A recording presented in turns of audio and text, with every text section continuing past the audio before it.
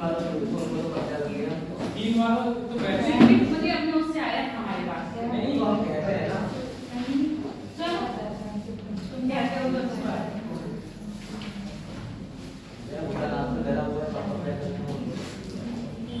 पढ़ो क्वेश्चन। आज तुम्हारी सैलरी नहीं है सर सौम्या। पढ़ो बेटा पढ़ो।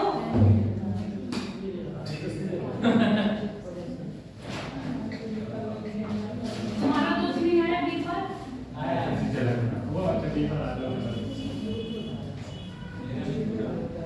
निम्नलिखित पर विचार कीजिए।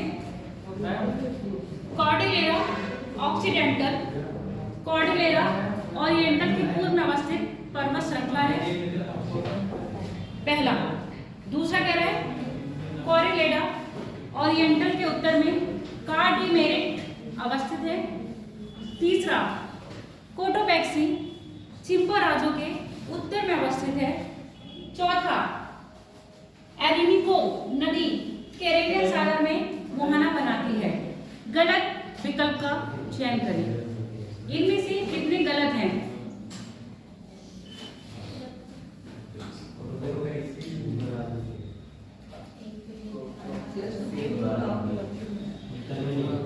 ओरिनिको नदी अपना मुहाना कहाँ बनाती है? क्या कैरेबियन सी में बनाती है या अटलांटिक महासागर में बनाती है? देखो अटलांटिक महासागर में बना रही है, कैरेबियन में नहीं बना रही है। जबकि कौन सा देश है?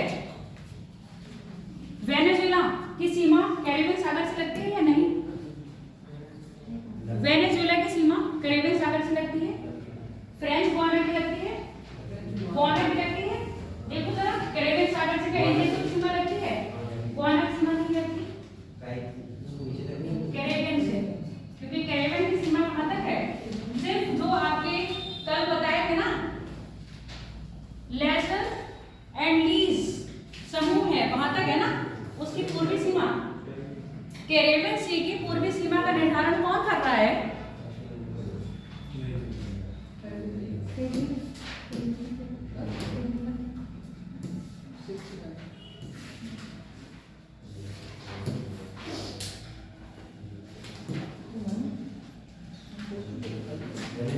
क्वेश्चन दिखा देंगे, ये देखो अभी हम दिखा रहे हैं, सब दिखा रहे हैं। ये है कैरेबियन सी,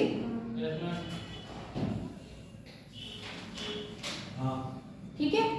इसकी उत्तरी सीमा का निर्धारण कौन कर रहा है? ग्रेटर एंटीज है ना। और लेसर का कौन कर रहा है? इसका एंटीज, जो लेसर एंटीज द्वीप समूह है, कौन सी सीमा का निर्धारण कर रहे हैं? पूर्वी का। पश्चिमी का कौन कर रहा है? अमेरिका कॉन्टिनेंट, कौन सा वाला? North America. और दक्षिण की सीमा निर्धारण कौन कर रहा है? South America continent. अब ये हमारा देश कौन सा है? ये वाला वेनेजुएला। वेनेजुएला के इधर कौन सा है? गुयाना। गुयाना के बाद फ्रेंच गुयाना, या एक और है बीच में सूरीनाम। उसके बाद फ्रेंच गुयाना। फ्रेंच गुयाना के बाद फिर आपका ये बड़ा सा देश कौन सा है? ब्राजील है। अब हम उस पर आ जाए ना, दूसरे वाले मैप पर जिसमें हमारा पॉलिटिकल है। आजा भाई, कैंसिल हम तो मैं नहीं करेंगे।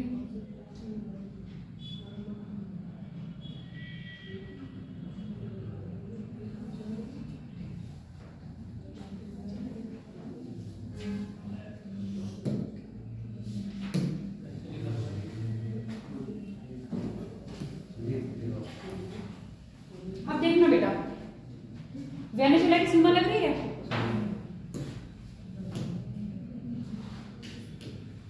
इधर देखिए,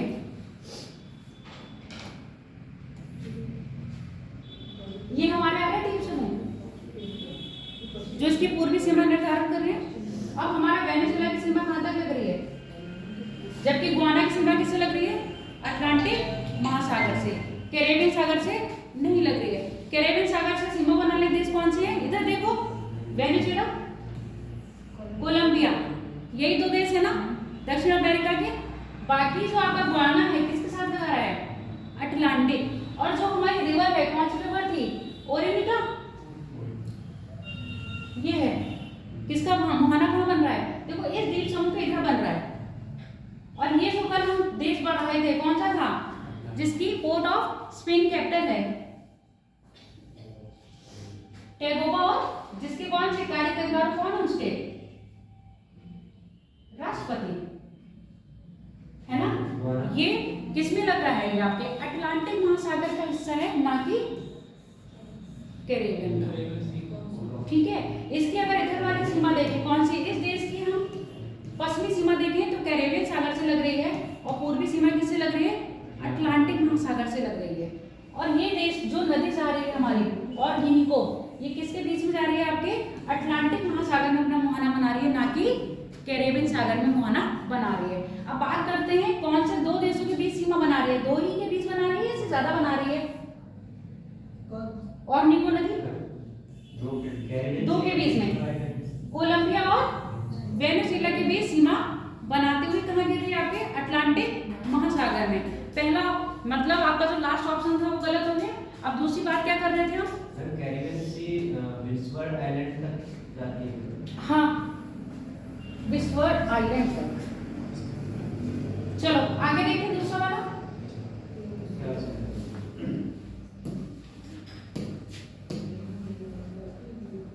अब क्या कह रहा है?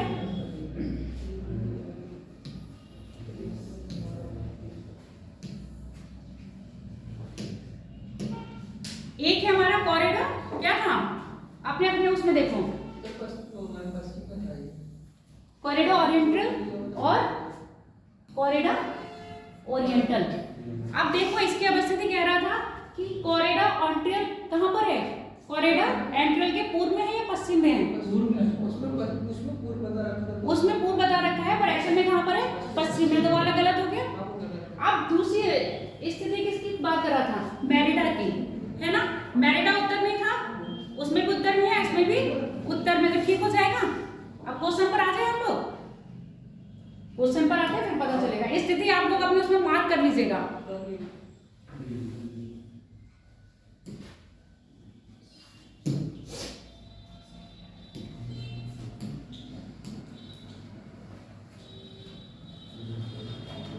इसमें पता है ऐसा होना चाहिए, मुझे लगता है। अब देखो मार्क कर रहे हो ना, कॉरिडेरा ऑक्सीडेंट, कॉरिडेरा ओरिएंटल के पूर्व में है। अभी हमने कहाँ देखा? पश्चिम में है। यही चीज तो देखी थी, तो ये वाला गलत हो गया। दूसरी कह रहा है कॉरिडेरा के उत्तर में कॉरिडी मेरिट है, और यहाँ पर उत्तर में था इसके ओरिएंटल के उत्तर में मेरिट था। अगली बात कह रहा है क्योटोपैक्सी चिंपर राज्यों के उत्तर में है। वहीं पर देखो कोटोपैक्सी के चिंपर राज्यों के उत्तर में है। मिल गया? नहीं मिला?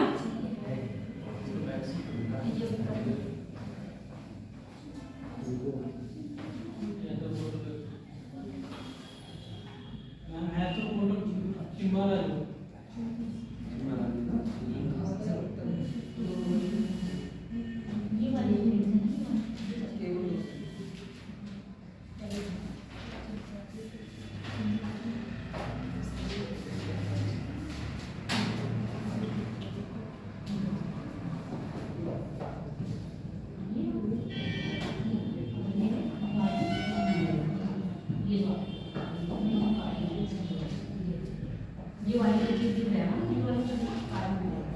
अब इसको चिंपा रखो, अगर मुझे नहीं आंसू से ये आते ना था वो ये ना चिंपा रखो कोटोपैक्सी के उत्तर में, यानी कि कोटोपैक्सी चिंपा राज्यों के उत्तर में है। तो हमारे कितने सही हो गए? 2 सही। गलत पूछ रहे हैं ना। सही कौन कौन से हमारे? ये वाला सही है और ये वाला सही है, ये वाला गलत है और ये वाला पूछ रहा है गलत। गलत कितने हैं? केवल 2 गलत हैं और 2 सही। अगला क्वेश्चन देखिए।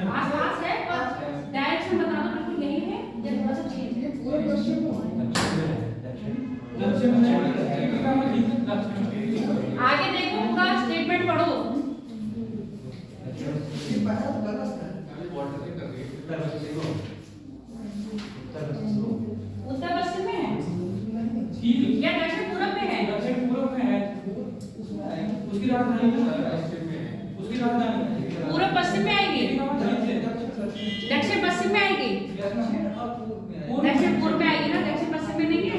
देखिए मैप पर अगला स्टेटमेंट क्या कह रहा है, हमारा कोई झील दक्षिण अमेरिका महाद्वीप की सबसे बड़ी झील है। ठीक है, ये क्या कह रहा है, दक्षिण अमेरिका महाद्वीप की सबसे बड़ी झील है। गोवाना उच्च भूमि पर एंजेला जलप्रपात अवस्थित है। ठीक है ये बात। और कौन सी नदी बनाती है एंजेला जलप्रपात? भरत, कौन सी नदी बनाती है एंजेला जलप्रपात? और किसकी सहायक नदी है? ऑरनिको की सहायक नदी है। और बनाती किस पर है? कौन सी नदी है? क्या कैरो नदी है? देखो जल्दी मैप पर। ऑरनिको की सहायक नदी कैरो है क्या? सबसे ऊंचा जलप्रपात ही है ना? हाँ, विश्व का सबसे ऊंचा जलप्रपात 2810। हमने हाइट नहीं पूछी है, हमने नदी पूछी है। और इनको की सहायक नदी है कैरो। देखो यहाँ पर आगे कैरो नदी। हाँ कैरो नदी पर आपका बनता है ये जलप्रपात। और मुझे भी कैरो नदी में नहीं मिल रही है। नहीं मिल रही होगी जरूर। ये देखो क्या होगा है ना, कहाँ से जाती अच्छी नदी नहीं होगी। चलो हम अपने भी दिखा देते हैं, कोई बात नहीं, हम अपने भी दिखा देते हैं। बहुत कुछ यासी में होगी मेरे। अरे हमारी आंखें काम नहीं करती हैं, अंधे होने वाले हैं तो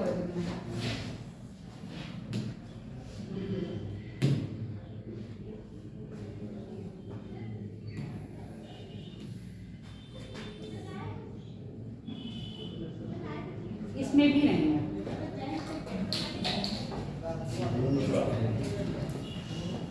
अभी हमारी क्वेश्चन क्या कह रहा था, सिंपल आ जाओ।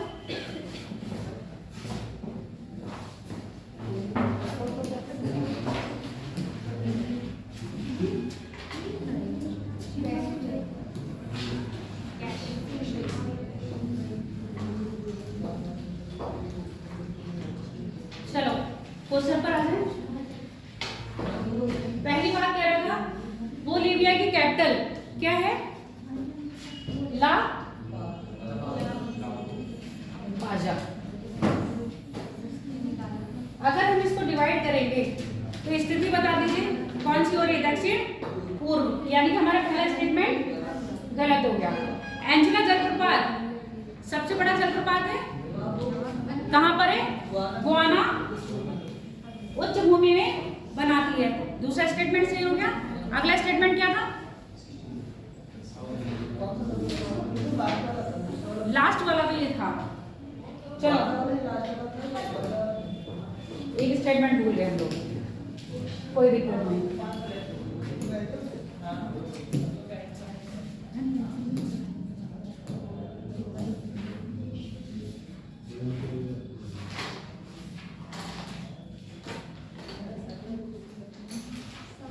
हमारा कोई वो झील अफ्रीका कॉन्टिनेंट की सबसे बड़ी झील है। अब इस झील का टाइप बता दो, क्या ये मीठी झील है, क्या ये खारी झील है, या ये लैगून झील है? और इसकी अवस्थिति है तो अवस्थिति कहाँ पर है? देश में बता दे रही हूँ क्या? अभी देख बाद में बात करेंगे इसको। कौन सी झील? हमारा कोई वो झील दक्षिण अमेरिका महाद्वीप की सबसे बड़ी झील है। ये झील बोलीविया में अवस्थित है ना? अब ये बताओ इस झील का प्रकृति कैसी है? अवस्थिति देख लें, फिर से जाए मैप पर।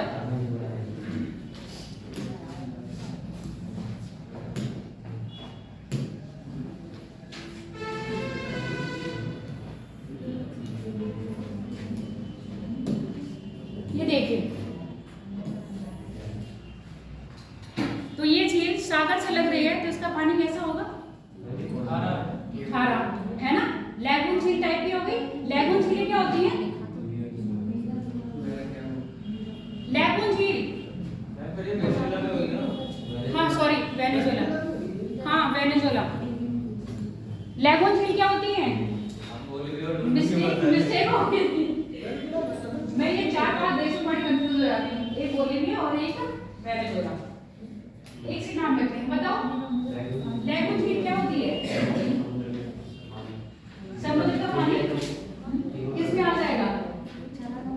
उस झील में प्रवेश करने के लिए एक द्वार होता है, बाकी झील कवर कर रहे हैं तीन तरफ से डैम से, और एक तरफ चिलक खुली होगी सागर की तरफ। ऐसी झील क्या होती है? सागर के साथ वहां चिल्का झील। हाँ, भारत में ऐसा उदाहरण चिल्का झील का है। वेम्बनाड झील, वेम्बनाड झील क्या लैगून झील है? वेम्बनाड झील, उसके अंदर कौन से, उस वेम्बनाड झील के अंतर्गत कौन सा द्वीप आता है? पारादीप। लो वो बोलते नाम बोलने लगे, कौन सा द्वीप है? हाँ, वेम्बनाड झील के अंतर्गत एक द्वीप आता है। नहीं, श्रीहरिकोटा तो इधर है आपका आंध्र प्रदेश में, जहाँ पर वो होता है नौकायान प्रतियोगिता होती है, मास उसका नाम है। चलो अब हम क्वेश्चन पर आते हैं, तब तक आप दिमाग लगाइएगा।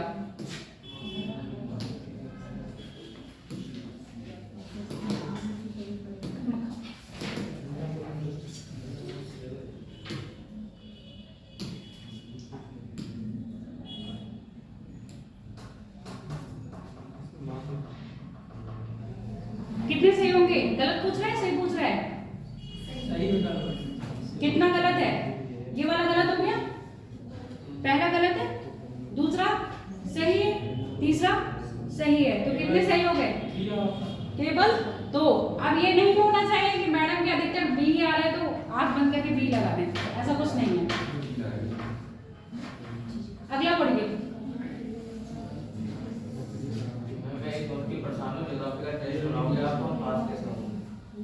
नहीं, तो मैं ये तुम लोगों की ना आगे तक कुछ बच्चों की फरमाइश थी पहले कि मैम मैथ पढ़ा दीजिए, मैथ की क्लास मिली नहीं है, इसलिए मैं मैथ में क्वेश्चन लेके आती हूँ और आ जाओगे। और दूसरी बात है, इसी में आपके स्टेटमेंट बेस्ड क्वेश्चन है। नॉर्मल बताया क्या है?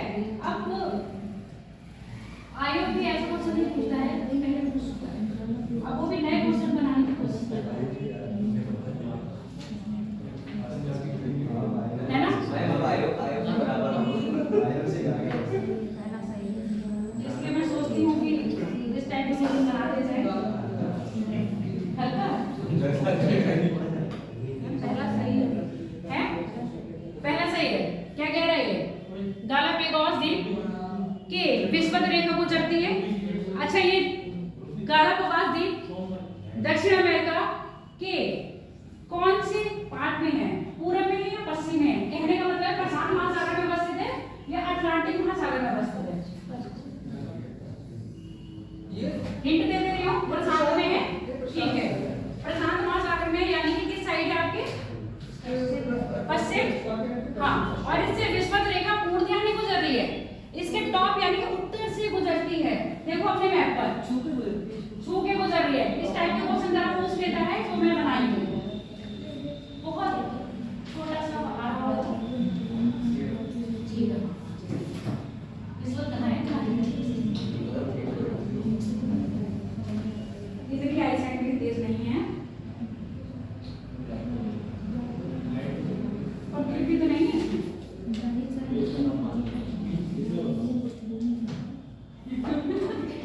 आधे से पीछे दूसरी नहीं है। ये देखो इसमें है, इधर आ जाओ, ये देखो इसमें है।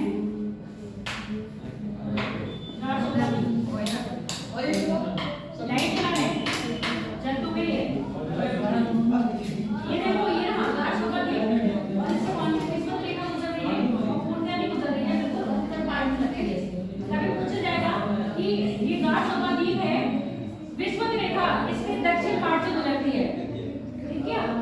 हाँ, भूमध्य रेखा, और इसके दक्षिण पार्ट में उत्तर पार्ट से गुजर रही है। दूसरा भी सही है। दूसरा क्या कह रहा है? पराना नदी ब्राजीलियन उच्च भूमि में ग्वेरा और इगुआकू जलप्रपात बनाती है, ठीक है? दोनों ठीक है, पर आप मुझे बताओ इगुआकू जलप्रपात और एगुरा जलप्रपात उत्तर दक्षिण में किसके अवस्थित है?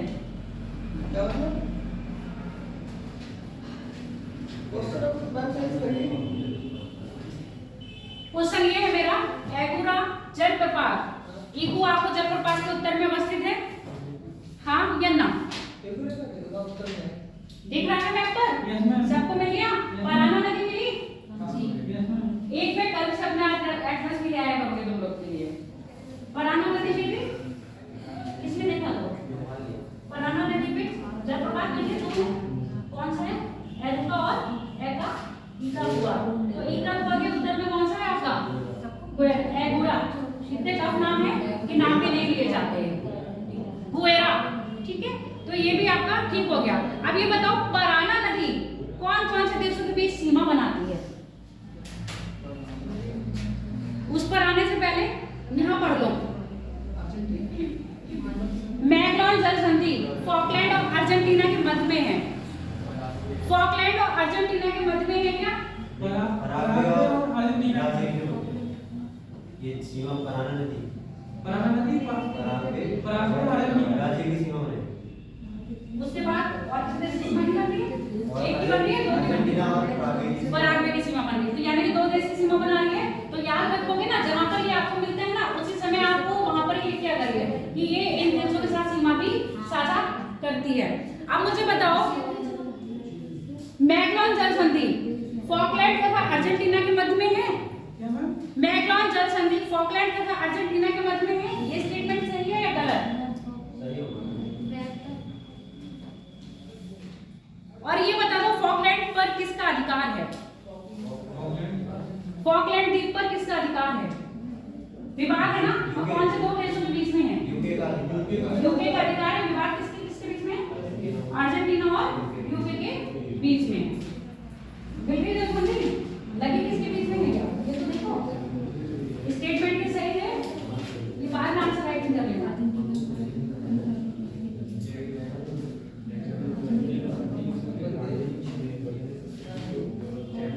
चलो हम मैप पर आ जाते हैं, मैप पर ही दिखाएंगे। बस याद रखना कौन सा प्रायद्वीप का क्वेश्चन है।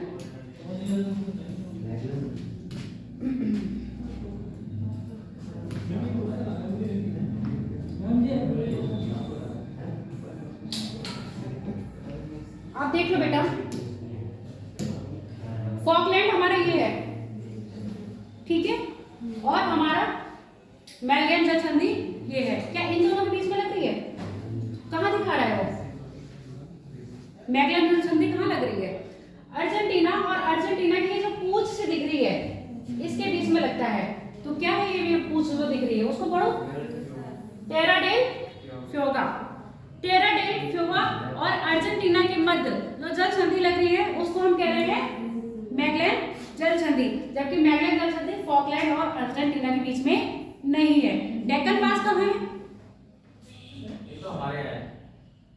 अरे एक ये ड्रैक पास, डेक्कन था ना, सॉरी, ड्रैक पास। बताओ अर्जेंटीना और किसके बीच में होगा? इधर देखो, ड्रैक पास अर्जेंटीना और नीचे कौन सा है महाद्वीप? अंटार्कटिका के बीच में जल संधि बनाता है।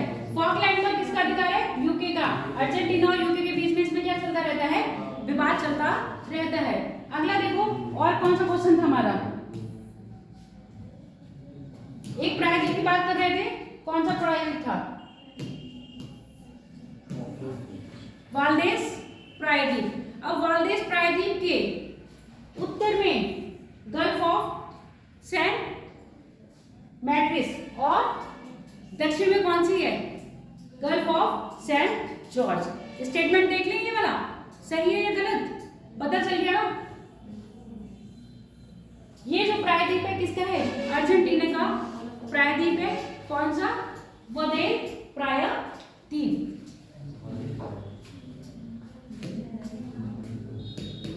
नाम ही ऐसे ऐसे हैं, याद ही नहीं होते हैं। नाम इंसान वाले होते, अगर वहाँ के लोगों को पूछोगे ना तो उनको आपके इंसान आपके नाम टफ लगेंगे, यही नहीं जाएंगे, कैसे कैसे नाम बोलेंगे। अब देखो, जो हमारा वाल्देस प्रायद्वीप है उसके दक्षिण में सेंट मैटियास था यस मैम। और उत्तर में सेंट जॉर्ज था। क्या यही था या कुछ क्रम गड़बड़ है? मैम सेंट जॉर्ज नीचे होगा। हाँ, दक्षिण में- नीचे ऊपर, नीचे ऊपर मत बोला करो, सीधे सीधे बोला है, दक्षिण और उत्तर बोला करो। साउथ साउथ यानी कि सेंट जॉर्ज कहाँ पर था आपके? साउथ में। दक्षिण में। और सेंट मार्टिन कहाँ पर था? उत्तर में। स्टेटमेंट ये हमारा गलत हो गया, स्थिति गलत है ना। दूसरी बात कह रहा है मैग्नॉक जल संधि फॉकलैंड तथा अर्जेंटीना के मध्य, क्या ये इनके मध्य थी? किस किस के मध्य है? अर्जेंटीना के ही मध्य में अवस्थित है, ये भी हमारा गलत हो गया। पराना नदी ब्राजील के उच्च भूमि और ये जलप्रपात बनाती है, ठीक है। गालापागोस द्वीप विषुवत रेखा से गुजरता है, ये वाली बात ठीक है। और विषुवत रेखा इसके कहां से गुजर रही है? उत्तर से या दक्षिण से? उत्तर से। याद रखोगे। तो स्टेटमेंट गलत पूछ रहा है, कितने गलत हैं तो बता दीजिए कितने गलत हैं? 2 गलत है। इसमें भी बी आंसर आ गया, वो इसीलिए आ जाएगा, कॉपी पेस्ट मारते हैं ना। हाँ, बी लगा दिया मैंने। अरे बी लगाया मैंने, कितने गलत हैं? 2 गलत है ना। बी लगा दिया मैंने, और कितनी हो जाए? बी लगा दिया करो। अच्छा, आगे देखो। अब मुझे लग रहा है मैथ बेस्ड क्वेश्चन खत्म हो गए होंगे, अब कॉन्सेप्ट बेस्ड क्वेश्चन आ गए।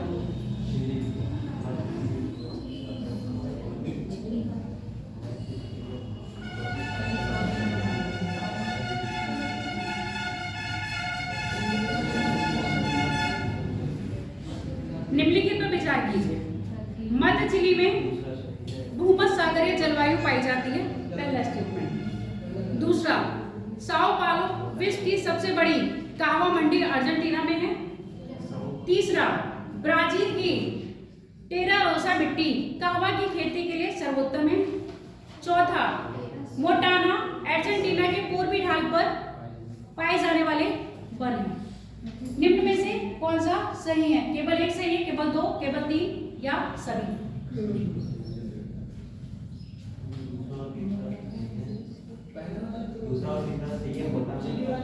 दूसरा और तीसरा सही है।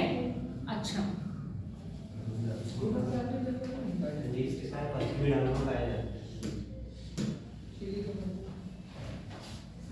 करें क्वेश्चन?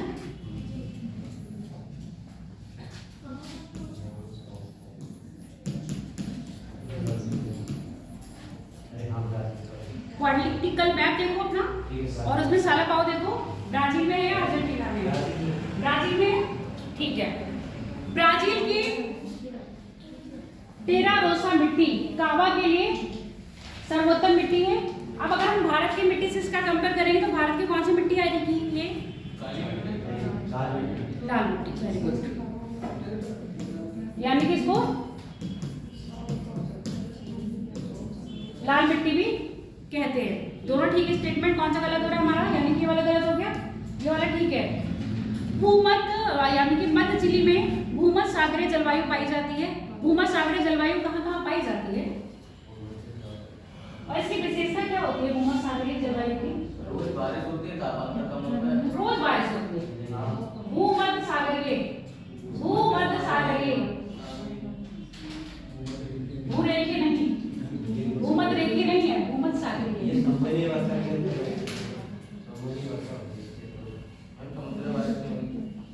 बेटा यहाँ समुद्र है पर यहाँ पर वर्षा का प्रकार कैसा है?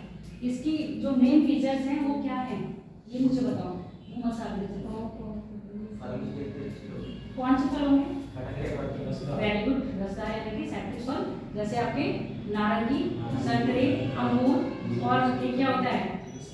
लाल लाल सा चेरी। इन सारे के लिए क्या होता है? अब हम बात करेंगे उसमें कि कोपेनहेगन में भूमध्य सागरीय जलवायु को किस रूप में रखा है। अगर हम सिंबल की बात करें, कौन सा सिंबल लिखा है? सी तो है पर डब्ल्यू नहीं है। यहाँ समर ड्राई होता है, विंटर ड्राई होता है। बताओ, भूमध्य सागरीय जलवायु में सर्दियों में वर्षा होती है, गर्मी में वर्षा होती है, जिसका प्रभाव भारत पे भी पड़ता है। यानी कि समर ड्राई है ना। तो कौन सी जलवायु की? C S. एस का मतलब समर ड्राई और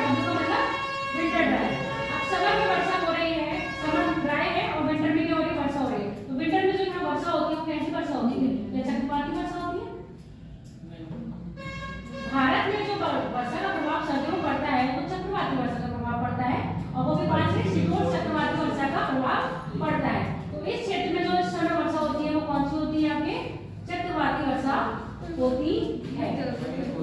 मतलब जनरली आया था पर मुझे उसका आंसर तो मिला नहीं है। जैसे इस बार लालिंग का ईयर था, लेकिन उसके बाद भी जनवरी 2025 है, वो अब तक का हाईएस्ट टेम्परेचर ईयर मंथ आ गया है। वो कैसे हो गया? कैसे हो गया? देखो एक पैरामीटर नहीं है, इस पर ज्यादा से ज्यादा इफेक्ट पड़ रहा है ग्लोबल वार्मिंग का। ठीक है, सबसे ज्यादा इफेक्ट जो इस समय मौसम में चेंज आ रहा है वो ग्लोबल वार्मिंग है। उसके बाद और पैरामीटर तो आते ही हैं, पर सबसे ज्यादा हम लोगों ने ह्यूमन पॉपुलेशन इतनी बढ़ा के वन काट के सबसे ज्यादा इफेक्ट इसका इस पर गया है। तो इससे मुंबई में भी गर्मी ज़्यादा बढ़ गई है, तो उसके लिए तो आंसर मुझे लगा कि वहाँ पे बनी से जबकि पश्चिमी तट पर मुंबई में जो भारत सागर के पश्चिमी तट पर कभी चक्रवात नहीं आ रहे, पर अब ऐसी स्थिति आने लगेगी आपके पश्चिमी तट पर भी चक्रवात आए दिन आते रहेंगे। और जितना जितना ग्लोबल वार्मिंग होगी समुद्र स्तर भी बढ़ेगा और चक्रवातों के आने की प्रवृत्ति भी उतनी ही बढ़ती जाएगी। इसमें साफ मौसम होता है, टेम्परेचर राइज होता है और जो आता है उसको मौसम वर्षा कम करने लगता है ना, ये होता है चक्रवात। अभी मुंबई में हो रहा है, तो इंडिया में बन कैसे रहा है? ये इंडिया में बन कैसे रहा है? कंडीशन कैसे बन रही है अभी? ये जो हमारे जो पछुआ हवाएं चलती है, पछुआ हवाएं सागर से पूर्वी तट से लेके जो जल होता है गर्म जल, उसको सागर के पश्चिमी तट पर यानी पूर्वी तट पर सागर का जो पूर्वी तट होगा उस पर लाके जमा कर देती है। तो उस जो क्षेत्र में जो आपका भारत के बराबर तट में तो भारत का जो पश्चिमी तट है वहां पर सागर का गर्म जल इकट्ठा हो जाता है तो टेम्परेचर राइज हो जाता है। मध्य चिली में जो हमारी जलवायु पाई जाती है वो भूमध्य सागरीय जलवायु पाई जाती है। इसमें बहुत कंफ्यूजन होता है भूमध्य सागरीय और भूमध्य रेखीय। यहाँ पर क्या होते हैं आपके समर ड्राई होंगे, विंटर वेट होते हैं। और अधिकतर जो वर्षा होगी वो कैसी होगी? चक्रवाती। वो भी कौन सी चक्रवाती? शीतोष्ण चक्रवात। शीतोष्ण चक्रवात की उत्पत्ति का कारण क्या होता है बताओ? शीतोष्ण चक्रवात की उत्पत्ति का कारण कौन सी ऐसी आदर्श दशाएं हैं जो शीतोष्ण चक्रवात को उत्पन्न करती हैं? यहाँ पर सागरीय टेम्परेचर कोई प्रभाव नहीं पड़ता है, उस कटिबंधीय चक्रवात में सागरीय टेम्परेचर का प्रभाव पड़ता है। यहाँ पर जो प्रभाव डाला जाता है वो आपके दो वायु विपरीत वायु राशि मिलती है, ठंडी और गर्म। जब ठंडी और गर्म वायु राशियां मिलती हैं तो यहाँ पर बनते हैं वातावरण। जब ये वातावरण बनेंगे तभी आपके शीतोष्ण कटिबंधीय चक्रवात उत्पन्न होंगे। क्लियर हो गया? तो पहला हमारा स्टेटमेंट सही है, दूसरा क्या हो गया? गलत हो गया, तीसरा ठीक है, चौथा बताओ। ये भूमध्य सागर जलधारा और ये ब्राजीलियन जलधारा और नॉर्वेजियन की जलधारा मिलके वो बेटा जलधारा अलग होती है और जो हमारी पवने हैं जो वायु राशि की बात कर रहे हैं वो वायुमंडल की बात कर रहे हैं। ठंडी और गर्म वायु राशि जलधारा निकल गया होगा कैंपस से, उसके लिए मैं सॉरी बोलती हूँ वायु राशि। ठीक है, ये बताओ मोंटाना एंडीज के पूर्वी ढाल पर पाए जाने वाले वन हैं, क्या ये सही है?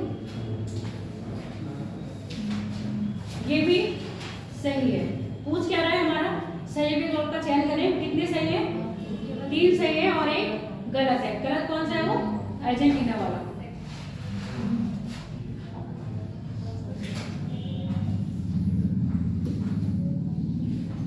अगला पढ़िए।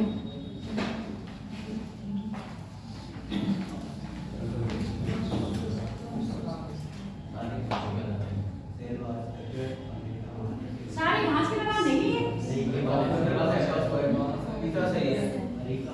और क्या कहते हैं जिसका सिस्टम इसका अमेरिका में अमेरिका लिखा है, अमेरिका लिखा है। शुष्क अमेरिका वो कॉपी बदले का सेट ऑफ सही है।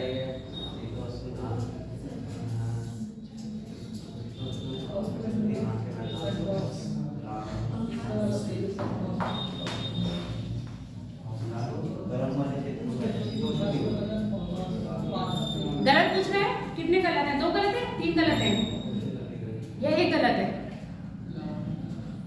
देखो फटाफट उस मैप पे से सेलवास ब्राजील वाला बी पे जाके 2 लगा देते हैं। बी पर जाके 2 लगा दो क्योंकि मैडम कह रही थी बी सही हो रहे हैं और बाकी शीतोष्ण घास के मैदान पंपास है जो कहाँ पर पाए जाते हैं आपके? देश कौन सा है वो? अर्जेंटीना है ना। उस कटिबंधीय घास के मैदान लानोस कहाँ पाए जाएंगे? ग्वाना, ग्वाना उच्च भूमि और ग्वाना निम्न भूमि के अंतर्गत क्या पाए जाते हैं? लानोस घास के मैदान। फिजिकल मैप में जाओ, वहां पर लिखा हुआ है, भैया। और कॉफी का बंदरगाह सैंटोस कहाँ पर है? इसको देखो, ब्राजील में है, पूर्व में है। वेरी गुड, पूर्व में ही होगा क्योंकि ब्राजील की पश्चिमी सीमा प्रशांत सागर से नहीं लगती। ये सबसे अच्छा पॉइंट है। जितने भी ब्राजील के बंदरगाह होंगे कहाँ पर होंगे? पूर्व में। पर पूर्व में भी पूछ लिया जाए किस साइड होगा? दक्षिण पूर्व, दक्षिण पूर्व में। उसके बाद दक्षिण अमेरिका के महाद्वीप में जो विषुवत रेखे वन पाए जाते हैं उसको शैलवास कहते हैं। जितने भी आपकी कौन सी नदी है वहां पर? अमेज़न नदी घाटी के पास जितने भी वन मिलते हैं ये क्या है? शैलवास वन है। और शैलवास वन अगर उदाहरण की बात करें तो कौन से वनों में आएंगे? या सदाबहार वनों में आएंगे?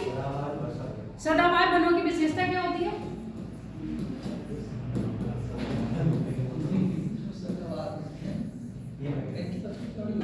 इनकी पत्तियां चौड़ी होती हैं, जड़ें कैसी होंगी? जड़ें छिछली होती हैं। जड़ें बहुत गहराई में मिलेगी या कम गहराई तक होती है? जड़ें इतनी ऐसी हो जाती है ऊपर जाती है धूप लेने। जड़ें इनकी ऐसी हो जाती है, वो तो जो धूप लेने जा रही है वो अलग बात है, ठीक है। इनकी जड़ें क्या होती है? बहुत ज्यादा गहराई में नहीं पाई जाती है। तनाव है, इनका तना कैसा होता है? बहुत मोटा होता है। इनकी लकड़ी में पानी की मात्रा यानी नमी की मात्रा अधिक होती है। अगर हम बात करें जैव विविधता की दृष्टि से ये वन अत्यधिक कैसे होते हैं? महत्वपूर्ण होते हैं। पर मानव के जीवन के लिए ये क्या होते हैं? खतरनाक साबित हो सकते हैं। इसमें आपकी जान भी जा सकती है। माइन वर्सेस वो कौन सा है? Man versus wild. कौन है उसमें जो? हाँ, मैं आपको अमेज़न के खतरनाक जंगल में ले चलूंगा जिसमें क्या होता है? जिसमें सूर्य का प्रकाश आने में बहुत टाइम लगता है। देखिए देखिए, ऐसे लगता है ना, थोड़ा सा देख लेना चाहिए उसका भी। कभी कभी ज्योग्राफी के बारे में बहुत सारी जानकारी मिलती है। उसने ये सिखाया है कि कभी आप मरुस्थल में फंस जाएं तो कभी मरुस्थल के किस पर विश्वास ना करें? टीलों पे विश्वास ना करें। क्यों ऐसा कहा है इसमें? क्योंकि वो पवन के साथ अपने स्थिति को परिवर्तित कर लेते हैं। और आप लगा के गए यहाँ, शाम को आए तो मिला यहाँ, आपने कहा ये जो यहाँ लगाया हुआ है ना, ये पहचान बना के गए थे ना, ये टीले के पास ही इधर से लेफ्ट मोड़ना है, राइट, तो आप भटक जाओगे। ऐसे स्थान पर रहेंगे तो आपको सबसे अच्छा दिशा सूचक कौन सा होता है? दिशा सूचक आपके पास नहीं है तो, अरे नहीं है तो सूर्य, दिन में सूर्य और रात में तारे, ये बहुत अच्छी अवस्थिति बचाते हैं। दिन में तारे दिखाओगे तो हमारे ये हो गया। अगली बात करते हैं, छठा क्वेश्चन देखिए।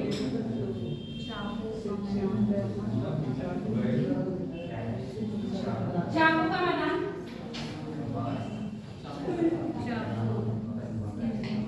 चाकू का मैदान कपास उत्पादन के लिए प्रसिद्ध है। लामा एक पक्षी नहीं होता है, एक ऊंट होता है। Very good. कहाँ पाया जाता है ये लामा? दक्षिण अमेरिका में पाया जाता है। दक्षिण अमेरिका में पाया जाता है। कहाँ पर? क्या एंडीज में? एंडीज के पर्वतीय क्षेत्रों में और चिली में। मतलब जो ऊंट मिलता है वो लामा ही होता है। दो ऊपर वाला गर्दन इसकी बहुत ऊंची होती है। Very good.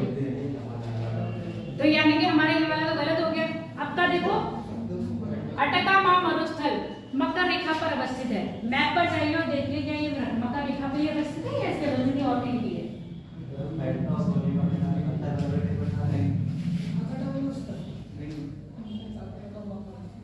मकर रेखा पर अवस्थित है क्या? है, ठीक है, ये वाला हो गया। अब बताओ, पेंटागोनिया का पठार अंतर पर्वतीय पठार का उदाहरण है। क्या ये बात सही कह रहे हैं?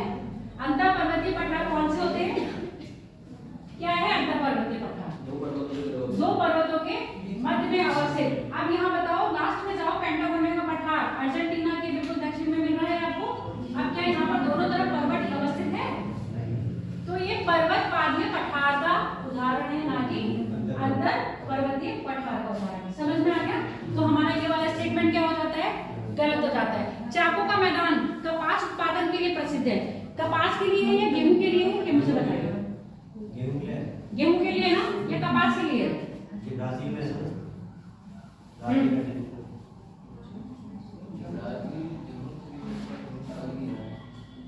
अर्धचंद्राकार गेहूं की खेती कहाँ की जाती है?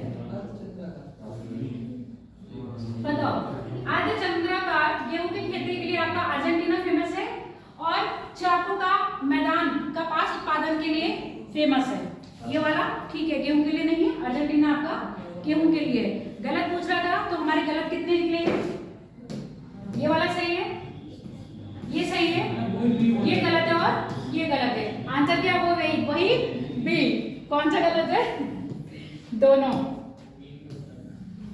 कभी कभी बी के चक्कर में मत पड़ जाना, आंसर गलत हो सकता है।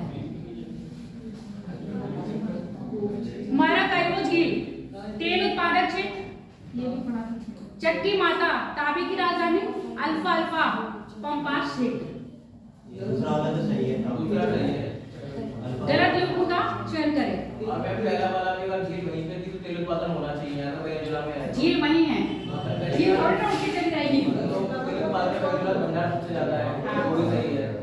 और उत्पादन भंडार सबसे ज्यादा है, पर उत्पादन कौन कर रहा है सबसे ज्यादा? अमेरिका।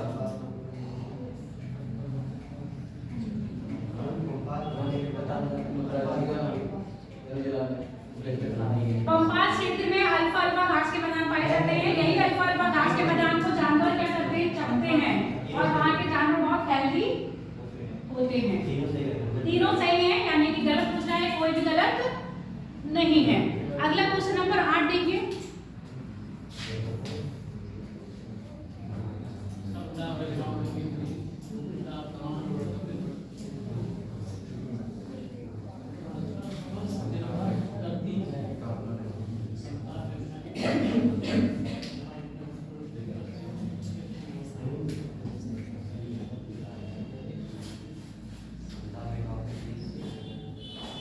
समताप रेखाओं के बीच की दूरी ताप प्रवणता पर निर्भर करती है। इसका कहने का मतलब ये है, ताप प्रवणता जितनी, पहला सही है, सही है। जो सही कहेगा वही एक्सप्लेन करेगा, मैं नहीं करूंगी। समताप रेखाओं की सामान्यता प्रवृत्ति क्वेश्चन से हल होती है। मुझे एक्सप्लेन करना नहीं आता है, इसीलिए मैं क्वेश्चन लेके आई हूँ।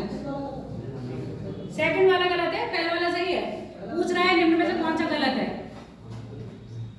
अब बताओ, क्या बी आंसर होगा इसका? चरण, क्या बी होगा?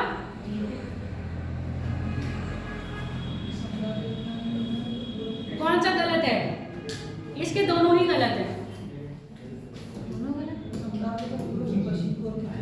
गलत पूछ रहा है ना, तो हमारे दोनों ही गलत है। अब दोनों ही गलत को हम एक्सप्लेन कर दे रहे हैं कैसे। अब समझ लो बेटा, ये कह रहा है समताप रेखाओं के बीच की दूरी तापमान की प्रवणता पर निर्भर करती है। ये जो कह रहा है, तापमान की प्रवणता बताता कौन है? कि तापमान की प्रवणता अधिक होगी, प्रवणता अधिक होने पर जो हवाओं में गति होगी वो कम होगी या ज्यादा होगी। कौन डिपेंड कर रहा है? किस पर डिपेंड कर रही है? ताप प्रवणता पर। ताप प्रवणता क्या होता है? एक तरह से ढाल कह लो, किसी चीज का ढाल। जहां पर ढाल बहुत तीव्र होगा वहां पर आदमी बहुत तेज से स्लिप करेगा, और जहां पर ढाल कम होगा वहां पर आदमी धीरे धीरे, यानी कि स्लिप करने की जो गति होगी उसकी क्या होगी? कम होगी। और जहां ढाल तीव्र होगा वहां स्लिप करने की गति अधिक होगी। तो ताप प्रवणता वही कहता है जहां पर हमारी समताप रेखाओं की बीच की दूरी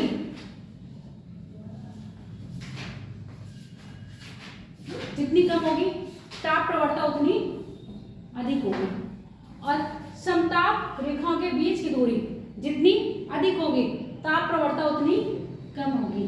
तो किस पर डिपेंड कर रहा है? समताप रेखाओं के बीच की दूरी पर क्या डिपेंड कर रही है? ताप प्रवणता, ना कि ताप प्रवणता पर डिपेंड हो रही है समताप रेखाओं के बीच की दूरी। लैंग्वेज को क्या कर दिया था? बस चेंज कर दिया था। डिपेंडेंसी किस पर है? ताप प्रवणता की डिपेंडेंसी है समताप रेखाओं के बीच की दूरी पर, ठीक है, ना कि ताप प्रवणता पर।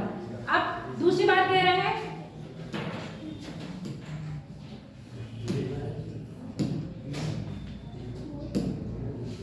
आ जाओ भाई,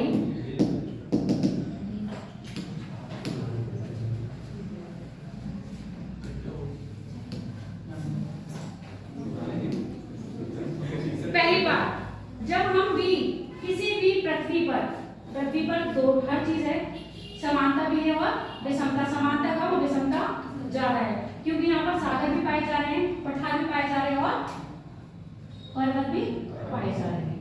नॉर्मली क्या होता है, जैसे जैसे आप ऊंचाई पर जाएंगे तापमान में वृद्धि होगी या कमी होगी? h यानी कि ऊंचाई के बढ़ने के साथ तापमान बढ़ेगा या कम होगा? कम होगा। चरण गहराई कम होगा। ठीक है, मैं मान लेती हूँ ऊंचाई के साथ साथ बढ़ने पर। अगर हम बात करें जो हमारा सामान्य ताप ह्रास रेट है वो क्या है? 25 किलोमीटर पे 1 डिग्री सेल्सियस। 32 किलोमीटर पर 1 डिग्री सेल्सियस। ठीक है, ये तुम बात कर रहे हो।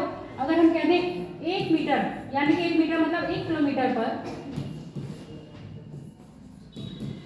6 सेंटीग्रेड की क्या होती है? कमी आ रही है। अगर हम 1 किलोमीटर, अब 1 किलोमीटर में 1000 मीटर हो जाते हैं। 1000 मीटर में कितनी आएगी? 6 सेंटीमीटर की कमी आ जाती है। अगर हम 2000 मीटर पर जाते हैं तो कितने टेम्परेचर की कमी आएगी? बताओ। 12 की कमी आएगी। अब हम किसी समुद्र सतह, अब हमारे यहाँ ये पहाड़ भी हो गए और ये समुद्र भी हो गए। अगर यहाँ पर टेम्परेचर 32 है तो यहाँ पर टेम्परेचर कितना होगा? समुद्र सतह का टेम्परेचर 32 सेंटीग्रेड है तो इस बिंदु पर यहाँ पर टेम्परेचर कितना होगा? ऊंचाई कितनी ही है ये याद रखना। 2000 मीटर। 2000 मीटर ऊंचा है। कितना होगा? 20 होगा। अब जब हम समताप रेखा खींचेंगे तो हम इसको नगड़ मान लेते हैं कि इस स्थान पर ना पर्वत है ना पठार है। क्या है? एकदम समतल मैदान है। किसके साथ है? आपके सागर के साथ है। तो कभी भी हम स्थल का टेम्परेचर निकालेंगे उसको कंपेयर किसके साथ कर लेंगे? सागर के साथ कंपेयर कर लेंगे। स्थल और सागर के बीच ताप में जो डिफरेंस होता है उसको भी हम क्या कर देंगे? निगलेक्ट कर देंगे। तो यहाँ पर हमने समान टेम्परेचर क्या मान लिया? 23 सेंटीग्रेड मान लिया। तो इस पॉइंट पर जो यहाँ पर होगा वही सेम कहाँ पर होगा? इस स्थल पर होगा, चाहे वहाँ पर पठार हो चाहे वहाँ पर पर्वत हो। समझ में आ गया? तो जब हम ये समताप रेखा खींचेंगे तो पूरी पृथ्वी को एक समान मान लेंगे। जो भी एस्पेक्ट है, इसके बाद और भी एस्पेक्ट लगते हैं कि आपके तटीय क्षेत्रों में टेम्परेचर अधिक होता है या कम? मैं कह रही हूँ आपके तटीय क्षेत्रों में टेम्परेचर की मात्रा अधिक होती है या कम? किसके?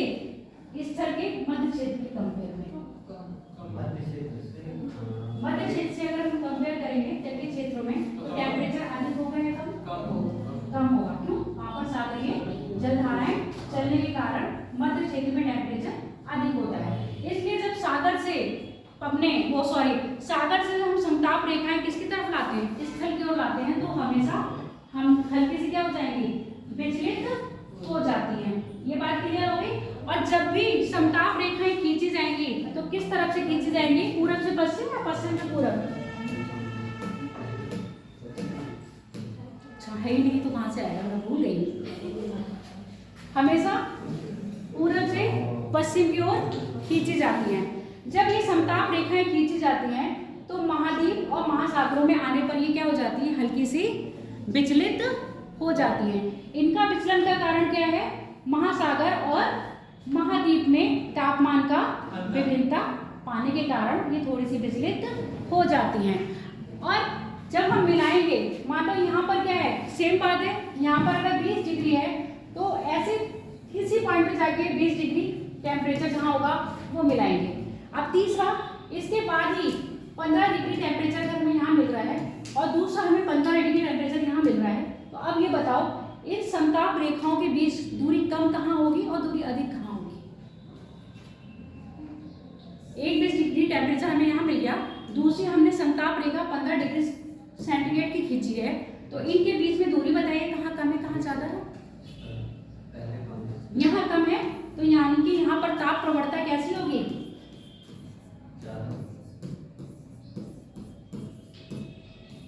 अधिक होगी।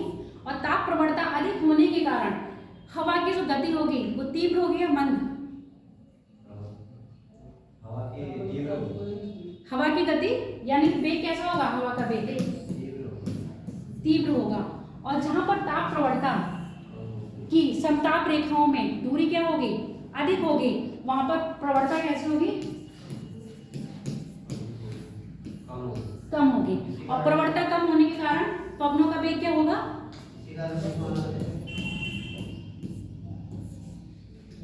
हाँ, अब बताओ।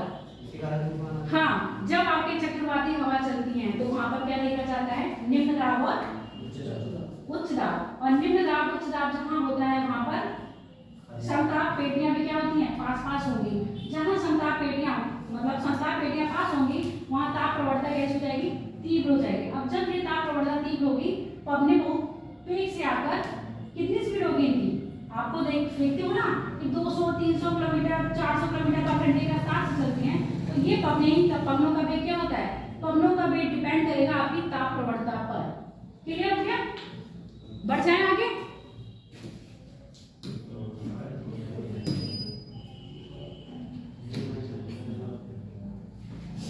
बताइए कौन सा सही है फिर इसमें? दोनों गलत है ना? कि दोनों सही थे? पूछ रहा है गलत, दोनों गलत है। अगला क्वेश्चन देखिए।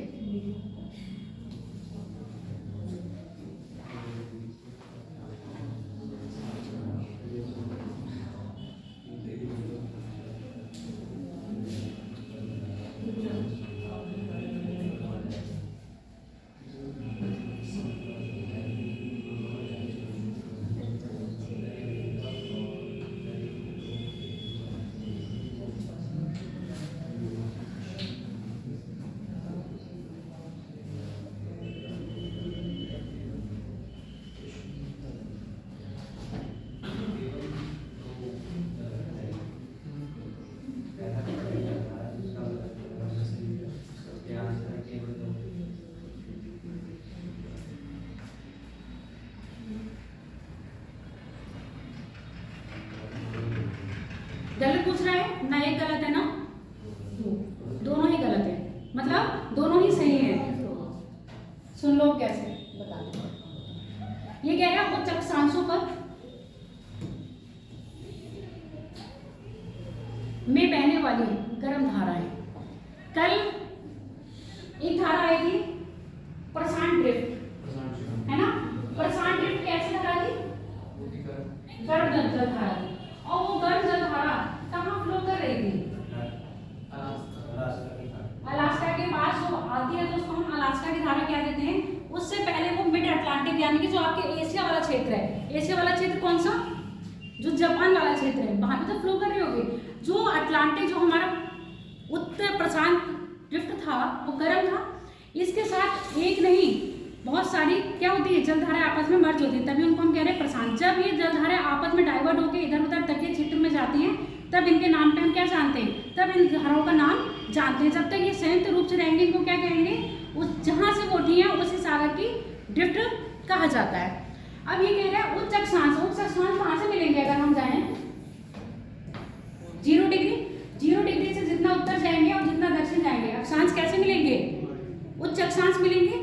अब कहता है नॉर्मल कहते हैं जैसे हम विषुवत रेखा से ऊपर जाएंगे टेम्परेचर क्या हो जाएगा? टेम्परेचर लो होता जाएगा। पर हर जगह टेम्परेचर लो नहीं पाया जाता है, कहीं कहीं टेम्परेचर हाई पाया जाता है। वो जो टेम्परेचर हाई पाया जाता है उसका कारण क्या है? सागरीय जल, सागरीय जलधाराएं। अब जब ये गर्म जलधाराएं क्या होती हैं? समताप क्या बोल रहा है? समताप रेखाएं ध्रुवों की ओर मिलती हैं।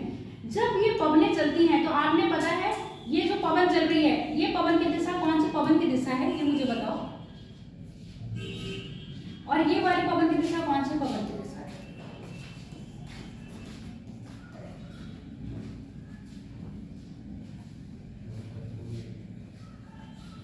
पवनों के नाम बता। प्रचलित पवनों में से ये पवने हैं। ध्रुवीय पवने तो मैंने दिखाई नहीं है इसमें।